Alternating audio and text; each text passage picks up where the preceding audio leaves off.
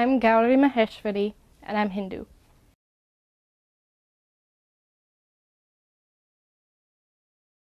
I would define religion as the study of the spirit and of how everything came to be.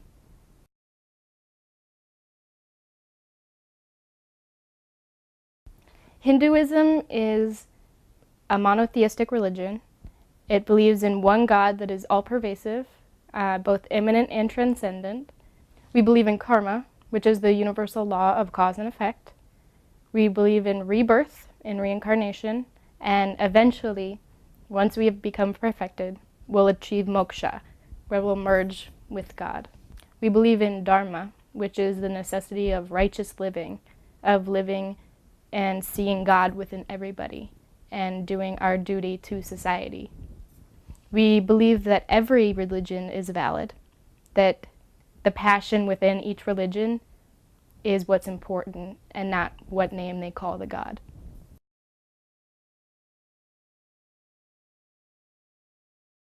The soul is essentially one with Brahman already. We just don't know it yet. We have this veil of Maya, or illusion, which gives us the idea that we are separate from God.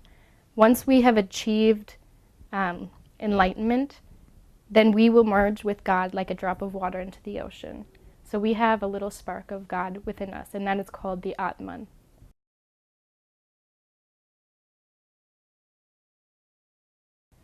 We have a lot of sacred texts. We have the Vedas, which are the most important texts. They came from the rishis, or the seers, in ancient India.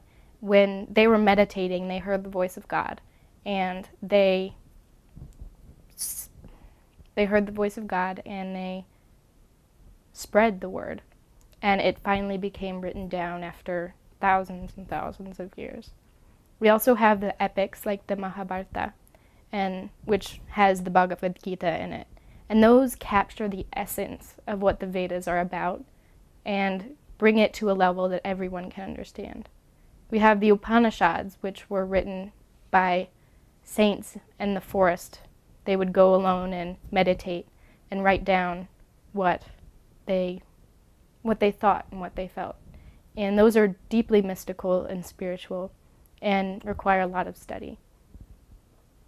The Ramayana has Ram and Sita and Hanuman, who show us how to be good people. And it applies in every era. The stories are so universal that whenever we have a problem, we can just look to that text. It's huge, so it will touch on anything that we need to know. And it'll give us guidance on what we should do and how we should behave.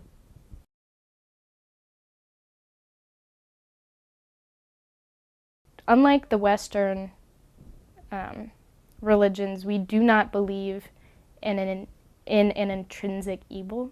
Hinduism doesn't have an eternal heaven and hell. It has states of being where karma is burned off, either good or bad, and we're reborn once it equalizes. Karma can go into your next incarnation, or 100 incarnations after that. There is no place that non-believers will go. If you have faith, then you're a good person, then you achieve good karma. In Western religions, the universe is created once and we will be destroyed once. In Hinduism, the universe is constantly being created, preserved, destroyed, and recreated. There is no heaven or hell.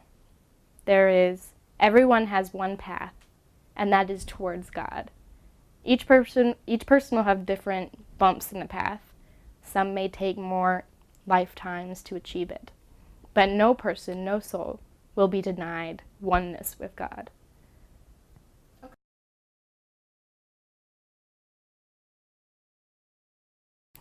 Hindus do not try to convert people into their faith usually. We believe that every faith is valid, and if you want to be a Christian, if you believe in Jesus, then that is perfect. We don't want to take you away from that.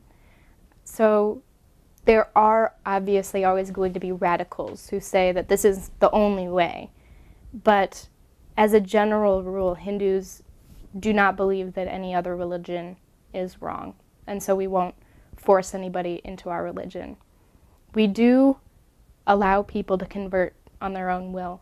It's a very personal thing, a spiritual thing. There is no formal conversion. It's if you believe you are a Hindu, then you are a Hindu. So a lot of people like to change their name, like me, to symbolize their new faith or the faith that was always there, just not realized. So that is very much a personal thing and not required.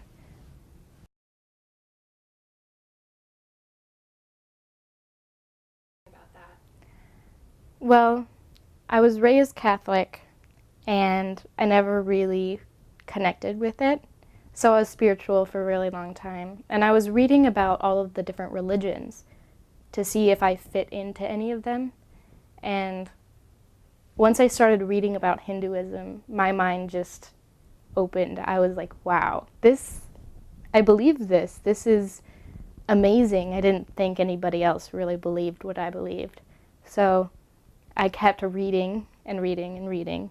And after about a year or two, I decided to go to temple. It was really scary because, I didn't know what to expect. But everyone there was so nice, and I've been going ever since.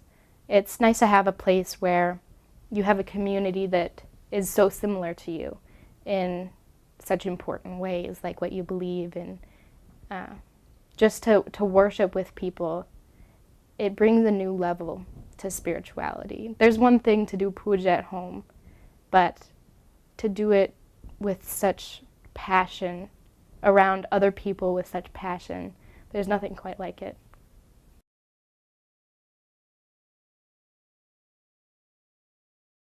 There are a lot of misconceptions about Hinduism. One is that we are polytheistic. We do believe in one God that takes many different forms. And once you get to learn more and more about Hinduism, it becomes really apparent. We also don't worship idols necessarily.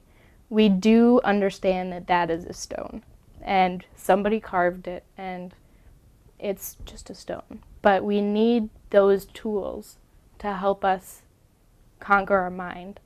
Our mind wanders incessantly. So during the puja, we have something to concentrate on. We have something to shower our affection on. It's hard to develop this love within you for God when you have no place to really put it. You're just like, I love you. So we do that, and also the bells ringing helps focus us and clear our mind. Loud noises just kind of point the mind towards what it's supposed to be doing, and the incense puts us in a good mood. So it's all of the stuff that we do, all of the rituals we do are tools to help us find God within ourselves.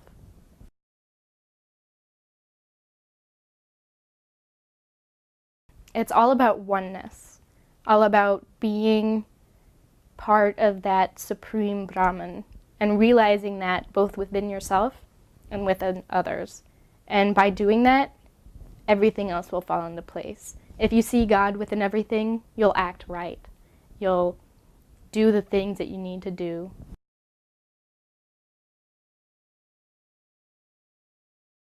The afterlife. Well, when you die, depending on your karma, what you did during your life, you will get reborn higher as a human, which would be great, or lower as some sort of animal or plant, or even just a human in less fortunate circumstances. And it all just depends on what goals you need to achieve. If you need to realize humility, then you'll be placed in a life where you understand what it's like to be lower, and you realize the equality of everybody. So there's not really a heaven and hell. Your karma burns out mostly in this life.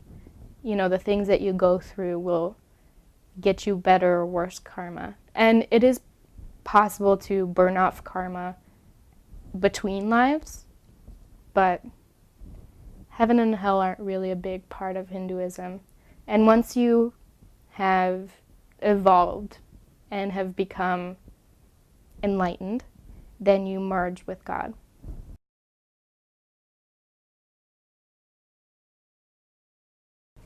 Well, Hinduism is very much a way of life rather than just a religion. It comes into every aspect of your being, what you think, how you feel, what you do. It's made me very humble when I realize that God is both within me and that rock and that piece of grass and that little bug. I am so thankful for everything, and it makes me a kinder, gentler person, since ahimsa or nonviolence is such an important part.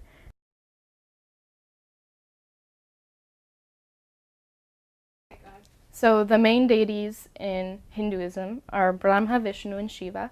Brahma is the creator, Vishnu the sustainer, and Shiva the destroyer, dissolutioner. They all have their counterparts, which are the feminine, powerful aspects, namely Saraswati, Lakshmi, and Parvati. And those are the most well-known Hindu gods. But there are also really important ones that aren't. But there are also other ones that are important as well. Ganesha is extremely important in every Hindu's life, as he removes the obstacles for worship, for becoming a better person, for evolution. He is that connection that we have to God. Krishna and Rama and the other incarnations of Vishnu remind us what it is to be a good person. So it's not just anthropomorphic Vishnu out there somewhere. It's a concrete idea and an ideal that we can emulate in our lives. The planets are also really important in a lot of Hindus' lives, as they are believed to have a direct influence on our daily experiences. So worshiping the planets and the massive amounts of energy that they are is important.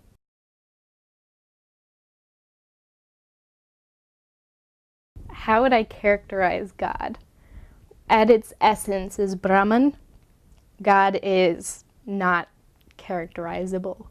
He is without attributes, without form, totally beyond our perception.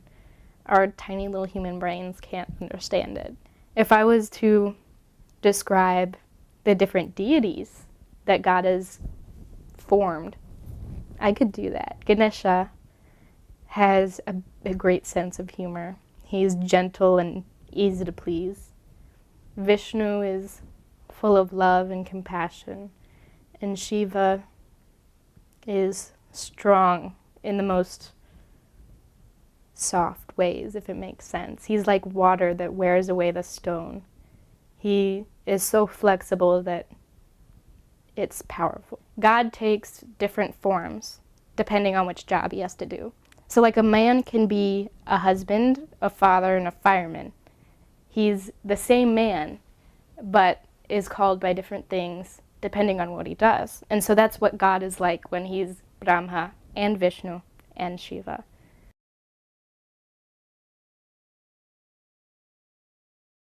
Why do I believe in God? I've never really given it thought about why. I feel it's kind of self-evident to me. And I know to a lot of people it isn't rational, but in my mind it makes total sense how nothing could become something, how all this science forms what we are, how little atoms stick together and form you and me. And everything I see and experience and learn just solidifies that belief that there's something. Now, why Hinduism? I could be wrong. I could definitely be wrong. But it connects with me, and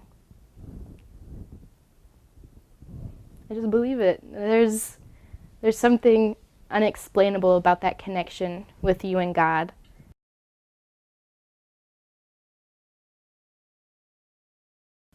My religion is important to me because it is the essence of life. It is the essence of what I'm doing here and why I'm doing it.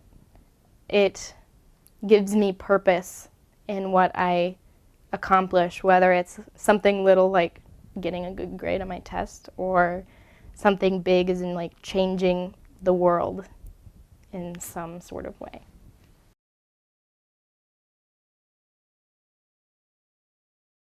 Hindus worship at the temple and at home in their little mandirs, their little puja rooms. Temple is a place where Hindus can come together and worship together. And it becomes more powerful when you have all of those people with all that love around you. It's almost contagious. And we treat God like a king at temple. We perform abhishekam, which is a bath of all the sweetest liquids we have. We give him our best food and our best flowers. We give him incense and chant his names, and that helps us to bring out that devotion that is within us, bring out that connection to God. And when there's other people there, the vibrations are just stronger and stronger. And at home, we can't go to temple every day. Some do, but religion and worship is important every day. And so we'll have something at home, whether it's simply just putting a flower on the Lord or saying, namaste, and keeping that within your mind all day. Or when you're cooking and you just repeat the name of God, that in itself is worship. Or, holding the door open for somebody who has their hands full, that's worship. When you keep, I see God in that person, I'm going to treat that person like a God. That is worship, and it's perfect.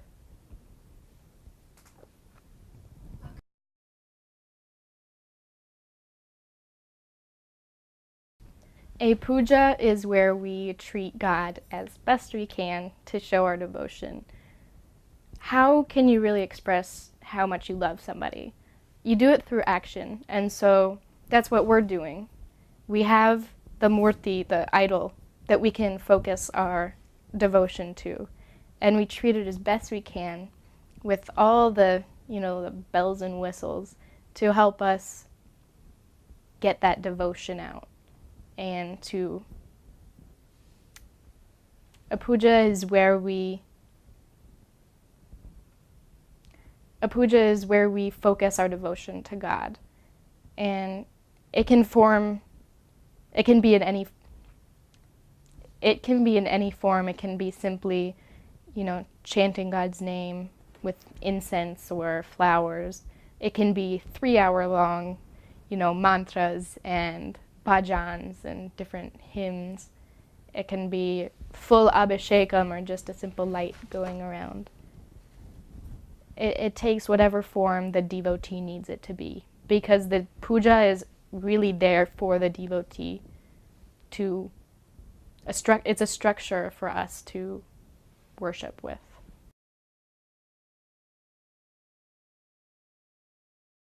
There is no structure of leadership in Hinduism.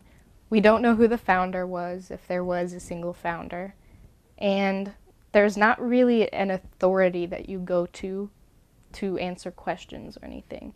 Since there is no dogma of things that you need to believe, no one's really telling you what is right and what is wrong. So you take from the scriptures what you want to take, leave what you don't believe, and that's fine. And if you want to be a priest, you only have your authority to go on. People will have to trust you so you can get a job, but no one can tell you what to believe or what to do, or if you can be a priest or if you can't be a priest.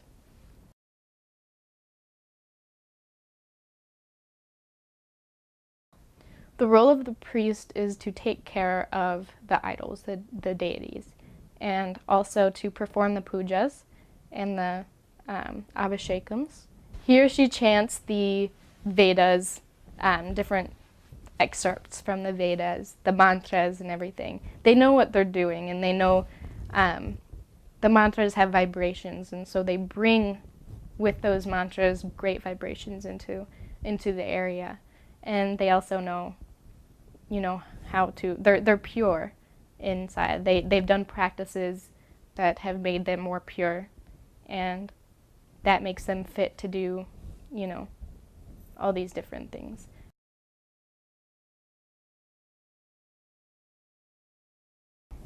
What is the meaning of life? The meaning of life is to evolve. And, well, God has refracted into so many colors, and he is painting a masterpiece.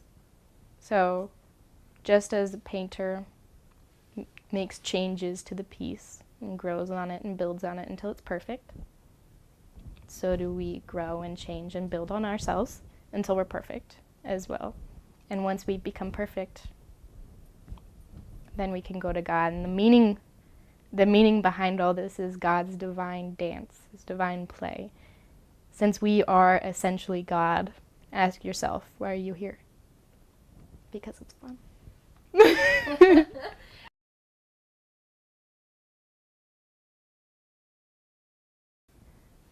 The only true thing is God. Oh man, what is truth? We don't really know what the truth is, honestly. We try to know, and we get really close to it, but there is no one truth. The truth is different for everybody in different situations. The truth for me 10 years ago is different from the truth to me now, but they're both still the truth. There is no one truth. The truth is different for everybody, and it's constantly changing. My truth and your truth are different, yet there is still the truth, and there can't just be one truth in the universe.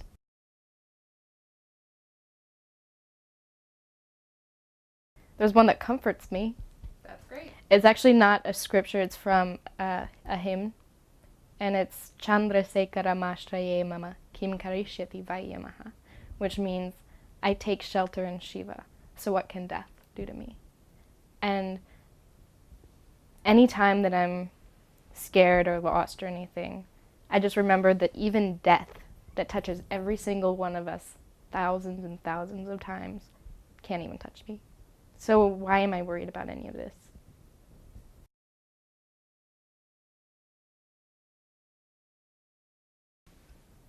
It was more of a gradual process, but when I attended my first Abhishekam, it was Lakshmi, I remember, and there was just this energy, this feeling, that was just like, I am where I belong. And it's not really explainable, and it had no trigger, really. But I just remember thinking, I'm at home. I found it.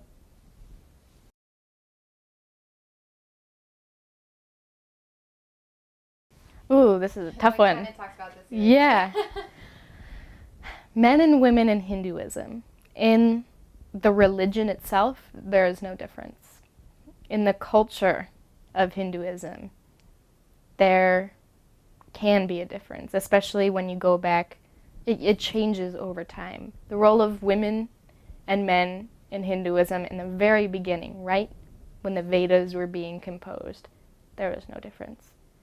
Then after the Muslim invasion, everyone wanted to protect their women, so they stayed in the house, and the men went out and fought.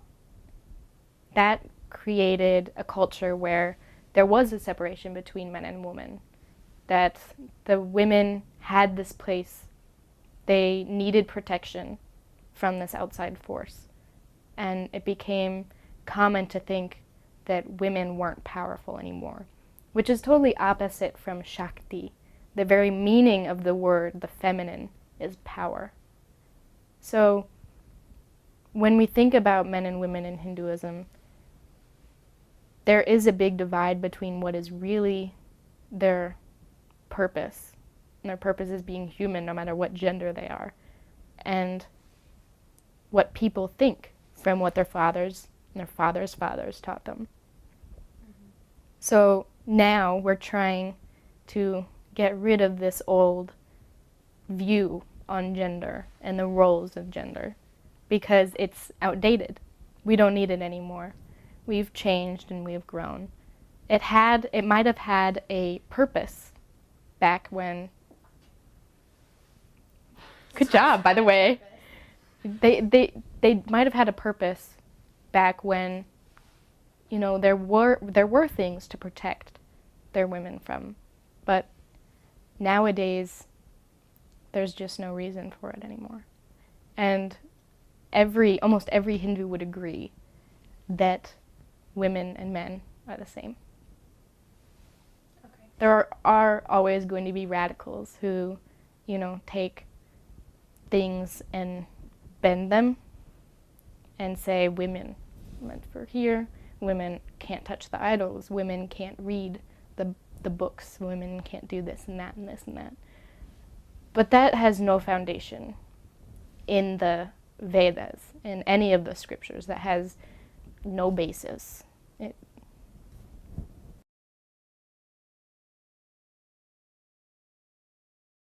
The bindi is where there's the chakra, which is the eye of spiritual insight.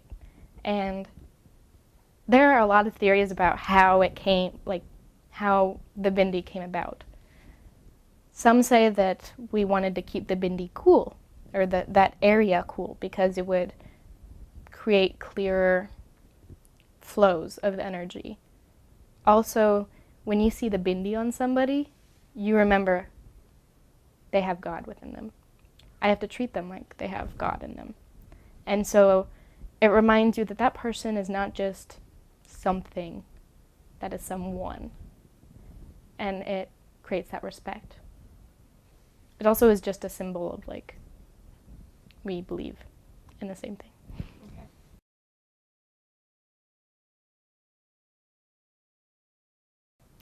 The end goal to Hinduism is moksha, liberation from life and death, and merging with God, which is the most delightful thing there could be.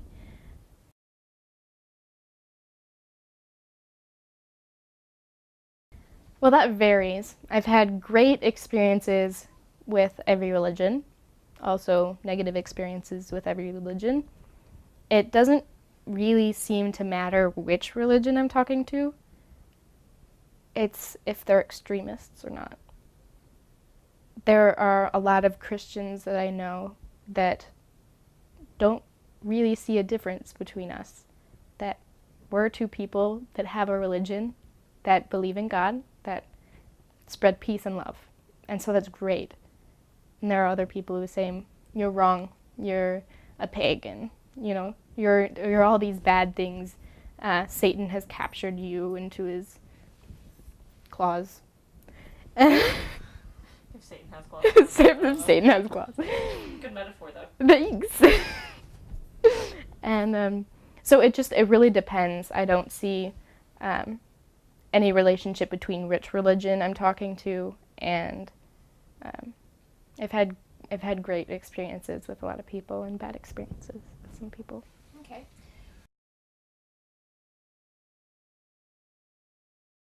The caste system had the purpose of dividing labor between the society to get everything done that needed to be done.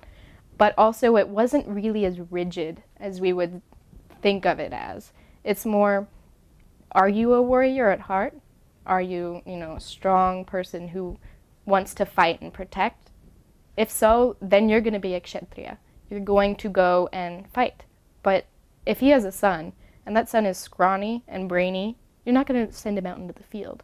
You're going to make him a Brahmin so he can go and learn. So it was very much plastic.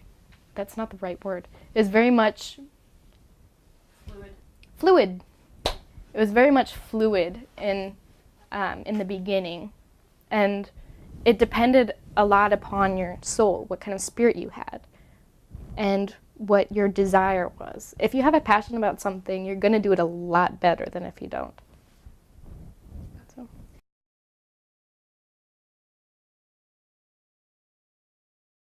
Yes, because we all have truths in our religions, and we also all have man-made things in our religions. So, you know, we interact with people of all religions every day. We need to know how to respect them, how to relate to them. And it's also just common courtesy, really. And religions in Hinduism, it it doesn't matter what religion you are. So why not learn about them?